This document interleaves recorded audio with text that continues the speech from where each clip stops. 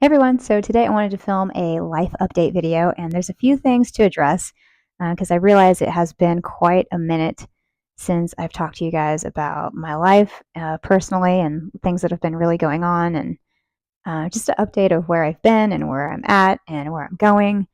I'm really excited for the next 6 months. The first thing I have to mention is my return to Los Angeles, California. I'm really excited to move back in May.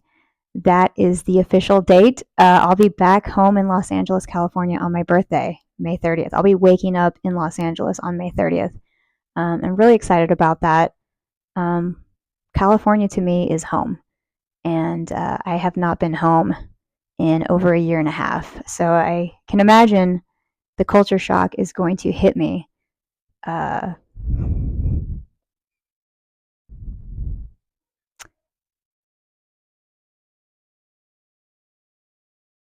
I'm not looking forward to that part, but I am looking forward to being back in my familiar city that I love, and there are places that I miss. There are so many people that I miss.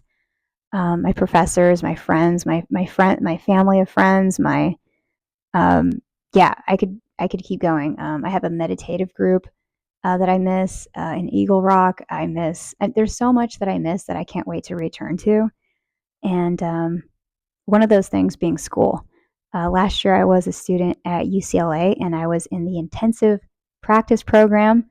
I did not graduate. That was right when I had my psychiatric medical emergency. In short, a lot of people do not graduate from the intensive practice program. And that program, I don't even believe, is currently running. I think they're taking a year break and then they're going to come back to it. But I have to talk to them and figure that out because I would love to go back to UCLA and become a mindfulness instructor. That's why I was going last year. Um, but I also want to go back to school for my bachelor's. I have to, do X, Y, and Z, but, one day at a time. When I was studying at Los Angeles City College, I graduated summa cum laude, and I have access to so many schools in California now, like automatic entry, because I graduated from the Ralph Bunche Scholars Program, and that program is amazing.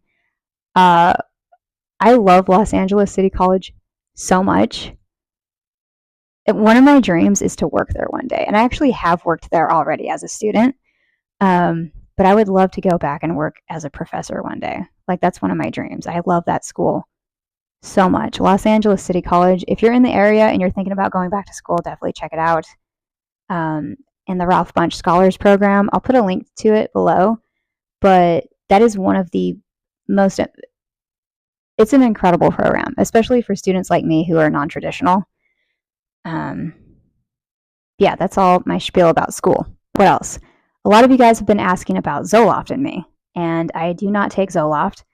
I have not taken any psychiatric medications. I stopped taking psychiatric medications in January of this past year, January 2024. That's when I stopped, just cold turkey. A friend from work, a coworker of mine, she let me have something from her locker one day when I was experiencing a lot of anxiety at work. She's like, "Here, try this." If I can remember the name, or I'll text her and ask her uh, the name of the the drug that she let me have just for that one day, and it made me a little drowsy.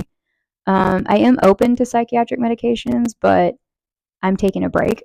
I'm taking a break. Back up. Okay, so the last doctor I spoke to regarding psychiatric medications, um, I spoke to a female doctor and I thought, okay, she'll understand where I'm coming from. My body, my choice, right? She did not. She was like, "You're going to take lithium." And my rebuttal was, I want to know what I feel like in my own body. I just want to break from medicine, and I want to see what it feels like to be me. I want to know what it feels like to just be me without medicine. And she was not up for that discussion at all. She said, "Here's your prescription for lithium, and I'll talk to you, in 3 months or whatever." So I took lithium for about a week, and then I threw it out because by that time I was just so fed up. Um, if you guys have been subscribed to my YouTube channel for a minute, you guys have seen me go through some things over the past year and a half. But yeah, I really was thinking maybe she would be on board because, again, my body, my choice. It's not my body, your choice. No, that's not what we're doing here. So I made the decision to stop taking medicine, and I've been doing really well. I mean, I white knuckle my days um, with anxiety, and like anxiety is the worst, especially when you experience social anxiety. And social anxiety to me only means I'm very uncomfortable in my environment. That's what social anxiety means to me. And I experience social anxiety um, quite a bit every day. I am open to medications, but I'm not a petri dish, and that's kind of how I felt like um, for a minute. And if you guys want to see my playlist of things that have happened to me over the past year and a half, I don't have an official update on that. I've been through a lot. I've been through a lot of life changes. But yeah, this is where I'm at. I'm not taking Zoloft, so that answers the question. Will you take Zoloft forever for the rest of your life? No. I haven't taken Zoloft in over a year and a half. I mean, it's been a long time. So yeah. The next thing I have to bring up is my divorce, and I'm not going to talk about it really. I'm just mentioning that I am officially divorced, and I will say that um, the only thing I'm going to say is I asked my husband if we could get divorced. I asked him, um, and I tried to do it in the most peaceful manner possible. Um, and that's all I'm really going to say about that. You can see more on my Patreon. And even on my Patreon, I'm not talking about my divorce at all. I'm talking about other people's judgments and other people's critical judgments and other people's um, projections onto me when they hear about me being divorced and how that feels. It feels like shit. But I guess one last thing I will say is it can be a good thing.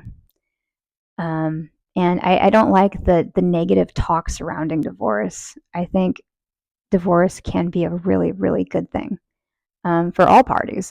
And yeah, I'm single. I live alone. And I love living alone. I love living alone so much. And I'm not going to be able to get used to that transition so quick when I move in with roommates, when I move back to Los Angeles. But yeah. I love living alone, and it's just nice to be in your own element, in your own space.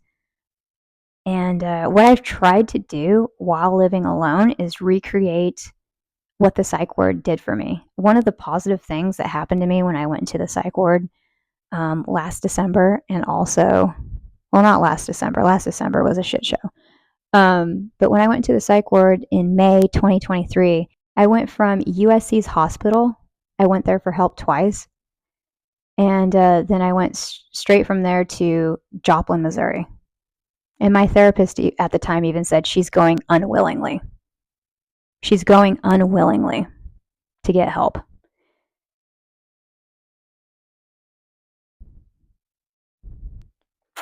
But one of the positives that I got from the psych ward in Joplin, Missouri, when I stayed there for over a week, was this: the 10 major causes of failure. This is what's getting me back to California. This actually comes from Christos Varsamos, and they're the creator and the publisher of settinglifegoals.com. This actually came from the psych ward at Mercy Hospital. And on the back of it, I actually sprinkle. I have, because you have to write in crayon when you're in the psych ward. So I have like a timeline of like how I was going to get back to Los Angeles, written in crayon. I was so mad. I was so pissed. I was so mad being in that psych ward. I was like, I don't want to be here. What the hell? I just started classes at UCLA. Like, I have my whole life going, and I can't function. I can't function. But yeah, on the back of this, I had a timeline of moving back to Los Angeles in August with only $2,000.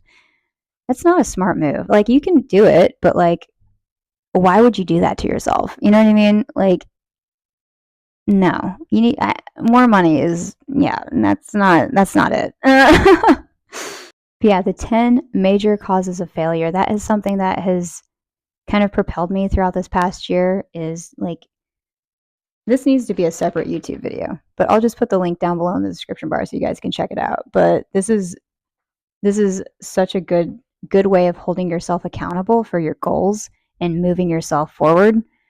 Yeah. I'm sure there's things that I'm missing in this video, but this is kind of a rough, quick life update. Divorced, officially divorced, moving back to Los Angeles, California in May. Fingers crossed. Oh, my car.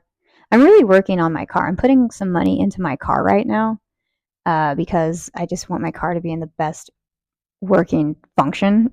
So when I move back, um, I'm also considering getting a new cell phone. Like there are things on my checklist of what I need to do. There's also people I need to pay back before I move. Yeah, I'm sure this video isn't at all like how I was envisioning talking about any of this, but this is where I am currently, and I am so excited for the next like 6 months, next 5 months really, because I'll be back in California anyway.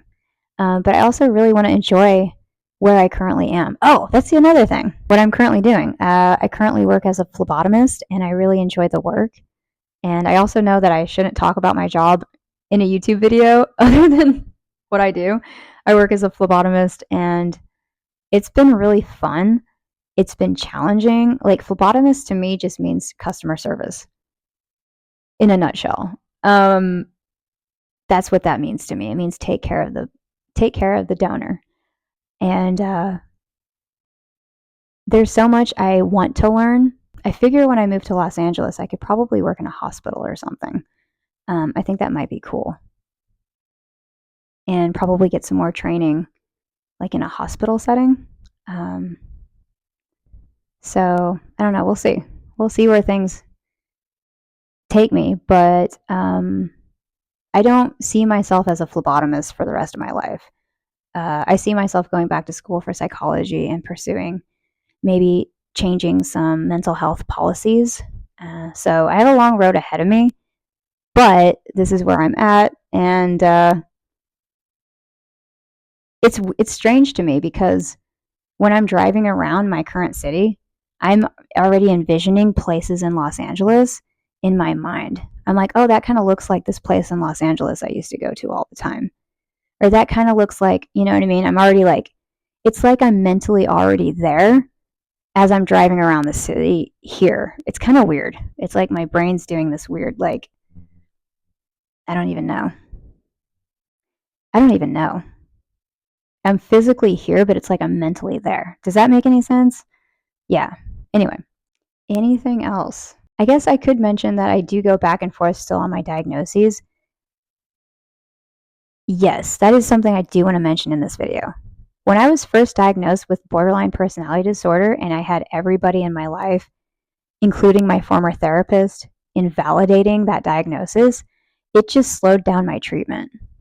That's all that did. Like for a year, like for a long time, it just slowed down my treatment. I didn't get the help that I didn't have the resources or the support that I needed.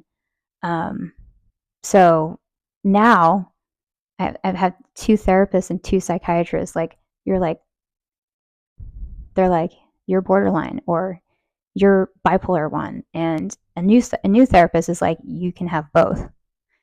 You can have both, and I'm like, okay. And this is news to me. This is so new to me. Okay, let's roll with it. One more thing that I will mention that is annoying about Missouri. It's really annoying. People here like to invalidate my successes, and they like to invalidate my feelings. And I'm like, this never happened in California. Like when I was in Los Angeles, California, nobody invalidated me when I told them things. Just basic facts about me. I'm like, I wrote a book and I self-published it. And there's evidence. Like everybody wants receipts for everything. I don't get it. I'm like, I was a student at UCLA last year. No, you weren't. Like, yes, I was. Like, you can't take that from me just because you're mad at me about that. Anyway, again, I never had this problem in Los Angeles, California. Like people were pursuing their goals and their dreams, and they weren't undermining me or belittling me or anything like that. Like, people were very supportive in Los Angeles, and it's not like that where I currently am. I feel like I have to shrink myself in Missouri, and I hate that feeling. I hate that feeling. Like, I have to shrink myself and I have to stay quiet and I have to just sweep things under the rug, and that's so not me at all. At all. Yeah. Anywho, I think that's all I want to say in this video. I'm sure I'm leaving out so many things. If you guys have questions, let me know. I'd love to hear from you guys. I'd love to hear what you guys have been up to. Also, I'm getting a new microphone for my camera, so that's going to be sweet. I'm not going to have this anymore. Pretty soon, I'm just going to have a hands-free microphone. That's a small update. Anyway, that's all I got. I keep thinking of things to just ramble on about. Ramble. Anyway, I got to move on with the rest of my day. I hope you guys are doing well. Thank you for being here. Thank you for subscribing. Thank you for being here through the mess, through my year of unmindfulness. That's another video I'd like to share soon. Over the past year and a half, I definitely had some borderline personality disorder rage blackouts, and I didn't even know that was a thing. I didn't even know that existed. I was like, I didn't know you could be blackout without alcohol. I had no idea that was a thing, and that is definitely a thing that I experienced, and I would like to apologize for that in a separate video. So yeah, anyway, more content coming soon, but I hope you guys are well.